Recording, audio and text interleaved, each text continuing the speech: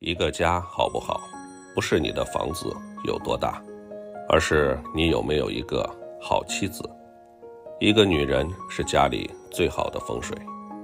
每天早晨，媳妇儿都是先到小院里，把流浪猫的猫粮和水填满，不能饿着这些可怜的毛孩子。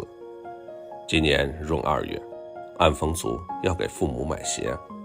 上午，媳妇儿就带着我妈去了奥特莱斯，款式都是提前看好的，就是试一试合不合脚。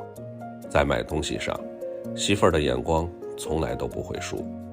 最好的一次眼光是20年前，她找到了一个爱她的老公。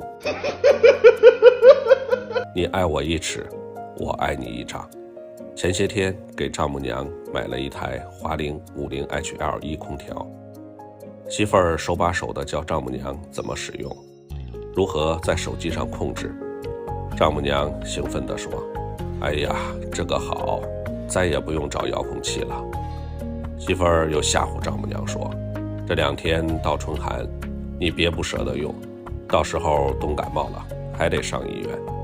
放心吧，这个空调可省电了，吸1级能效，而且在手机上就能看用了多少电。空调直吹久了容易干燥上火，又给它打开了一键防直吹功能。丈母娘说，确实感觉风都绕着它走了。一般空调用久了会有灰尘，容易滋生细菌，出风有异味，经常找人清洁又是个麻烦事儿。这个空调有智清洁模式，就不用经常去拆洗，手机上点一点就可以让空调自己高温清洁了，一个手机全部搞定。听得丈母娘赶紧摸摸自己的手机，说：这手机可得看好了。